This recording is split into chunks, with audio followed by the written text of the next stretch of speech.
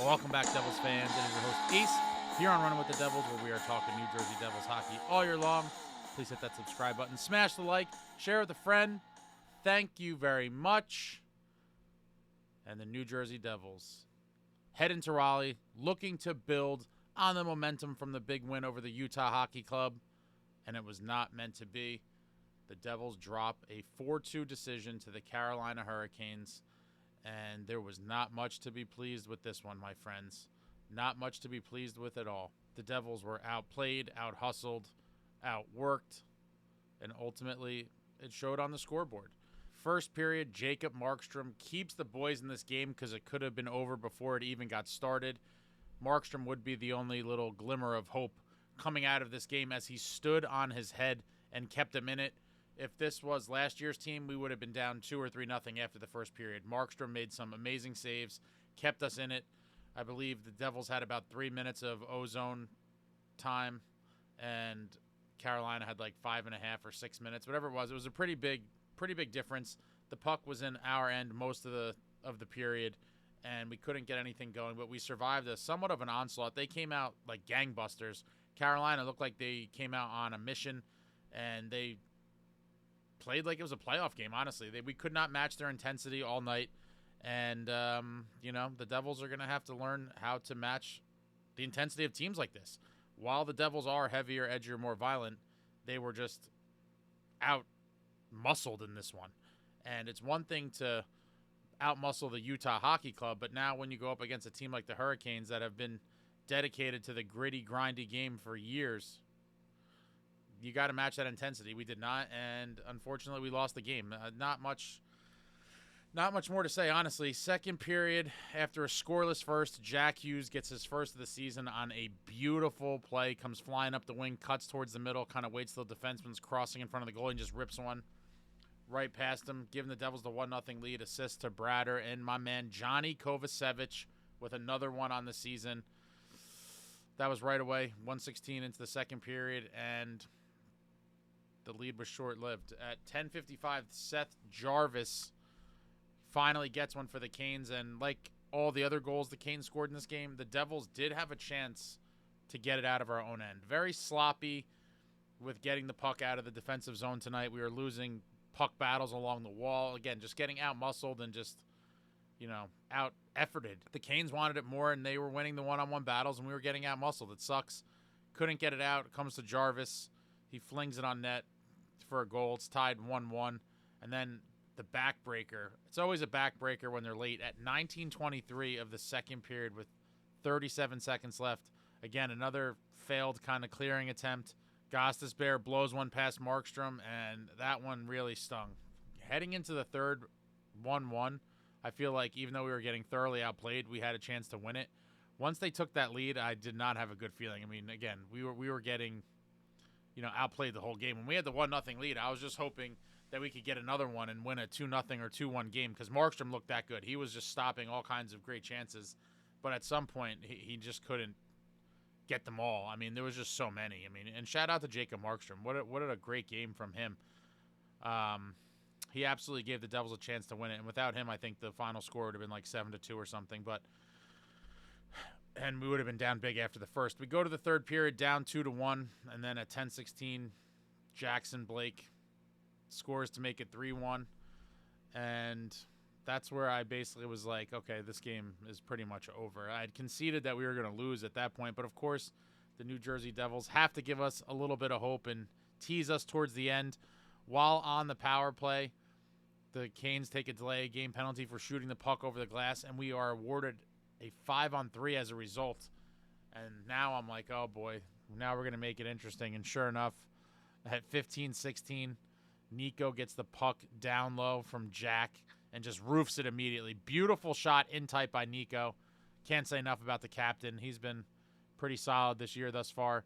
Cuts the lead to 3-2, and the Devils had, I think, 1:12 or something around that range remaining as a 5-on-4 power play. Unfortunately, they could do nothing with the one-man advantage, and with the empty net, Aho puts us away at 18:24, gives the Canes the 4-2 lead, and that's how the game ended. And we honestly didn't deserve to win this one, but Markstrom deserved much better, and he gave us a chance to steal at least a point. After Nico's goal, to still have over a minute of power play time, I thought there was a chance we could, squeak one more out and then, get to overtime or the shootout, whatever it is, but at least secure a point. It wasn't in the cards for the boys, and we lose in regulation, and a gem of a start from Jacob Markstrom wasted. The stats don't always tell the whole story. Markstrom gave up 3 goals on 30 shots, but, it's a 900 save percentage. But, again, so many grade A chances and just in tight, one-timer, just all kinds of shots. He saw a little bit of everything tonight, and he was on his A game. And like I said, the stats don't really do justice. I thought he played extremely well, and if he plays like that on most nights, we will be getting more wins than losses. But the team just didn't have the intensity to match up with Carolina tonight. Hopefully it was a lesson that you need to raise your intensity even more when you're playing some of these teams. It's like I said, it's one thing to kind of batter around a young, speedy, skilled Utah team, but when you're playing a battle-tested, war-proven group like the Carolina Hurricanes, despite all the guys they lost in the offseason, with Rod Brind'Amour at the helm, they're going to play a certain brand of hockey, and they're going to make it very difficult on the opposition. And in the offseason, a lot of people were kind of writing the Hurricanes off because of all the guys they lost. I said I don't think there's going to be much of a drop-off from them. Yeah, they might not do as well as they did last year, but they're definitely going to be a playoff team, and a dangerous one at that. I don't see them slipping that much. A lot of people just thought they were dead after they lost everybody, but I don't think that's the case. As long as Brind'Amour's there, they are committed to playing his brand of hockey, and it's a very difficult matchup for a lot of teams. And you saw the Devils, flustered a lot tonight, and unfortunately, it was a painful one to watch. Hopefully, they could take something from it and learn from it and move on. And we have a big one in Ottawa now. Got to get a big win in Ottawa. But painful night, obviously. Painful night. But again, it's game 6 of the season, guys. I am not, again, everyone comes out of the woodwork. A lot of people, this team, this and that. It's one game. It's game 6. I can't get remotely that fired up about game 6. I know a lot of you, I think, were looking for a rant from me tonight. You're absolutely not going to get it. My rants did come last season late in, March and April when the games really mattered and we were clawing for a playoff spot. That's when, those games really mattered, and that's when I would freak out after some bad losses. Game 6 on the regular season, when I believe we do have a good team and we're only going to get better with time, I'm not ranting about anything. The team will be fine. It was a bad game, and they happen. You're not going to win 75, 80 games, obviously. It's game 6. We're 4-2. Who would not have signed up for 4-2? That puts us on pace for a 109-point season. If we played at this winning pace for the rest of the season, basically winning 4 out of 6 games, it's 8 out of 12 points. It's like 0.666% or whatever. Extrapolated over the whole season, it's a 109-point pace. Pretty much a lock for the playoffs. Well, definitely is a lock for the playoffs, in my opinion, and that could get you possibly the division crown or maybe second place in the division. But either way, I'm not worried about this team, guys. It's game 6. We are 4-2. Life is still good. We're still figuring it out as we learn under Sheldon Keefe, and life goes on. I'm not looking into this as deep as many people are, and it's just crazy. I guess that's just fandom in general, and especially internet fandom. It's just constant overreactions and I don't know what you want to call it, tangents and whatever else. I'm fine. It was a painful game. It sucked. We lost. We move on to the next one. But it is what it is. We look at the game stats. Devils with 25 shots on goal. The Hurricanes with 31. Devils losing in the face-off circle, 44.4% to 55.6% for the Canes. Devils power play 1 for 3. Love to see it, 33.3%. Canes 0 for 1 on the power play. Again, the PK has been very solid this year. Devils with 25 hits. Love to see that. Canes with 19. Devils with 25 block shots. Canes with 16. Devils with 22 giveaways. It's too much. Canes with 23 giveaways. Devils with 5 takeaways. And the Canes with 9 takeaways. And this is one of those nights where it may not have looked like it, but the Devils were playing a, sort of gritty game. It just seemed to me that the Canes were playing that same game, but better. I was a little surprised to see that we out-hit them officially on the score sheet here. You know my formula, hits plus block shots, 40 plus is usually a good sign. The formula didn't come through tonight. We had 25 of each for 50. 25 hits and 25 block shots for a total of 50, and wow. yeah, it was just one of those nights, guys. But let me know what you thought about the game. Jack obviously looked pretty good tonight, I thought. As did Markstrom. Outside of that, overall, it was just a bad game for the team. And getting trapped and pinned in our own end again, not being able to clear the puck. It was just one of those kind of sloppy defensive efforts, in my opinion. And it's a shame. Jacob Markstrom deserved much better. He played a hell of a game, and he got a loss. I really thought we were going to steal a point at the end there, but it wasn't meant to be. Let me know what you thought about anything I said in the comments. Let me know anything you thought about this game, everything Devils hockey. Obviously, we still have the defensive question marks surrounding who's going to be in the lineup and who's not. That's an interesting one, and a lot of different viewpoints have been coming in the comments over the past few days on that front.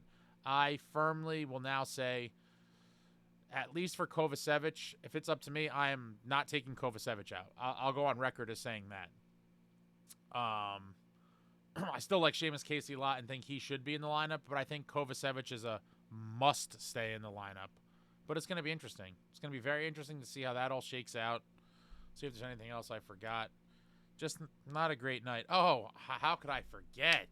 Before I leave, something I've been wanting to see for a few days now.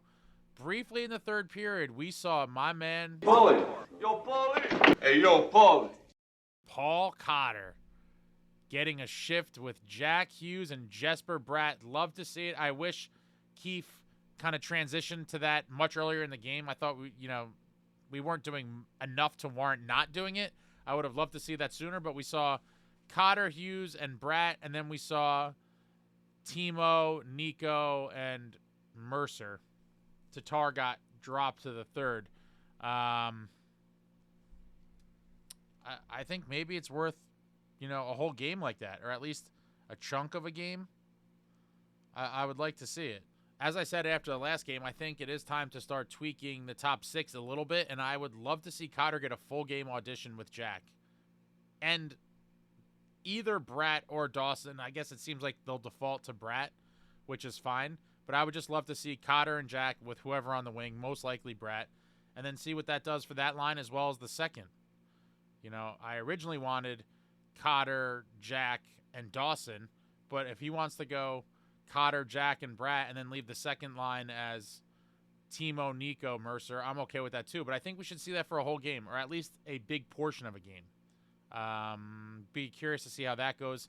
Stefan Nason, again, getting power play time, just being a beast down low.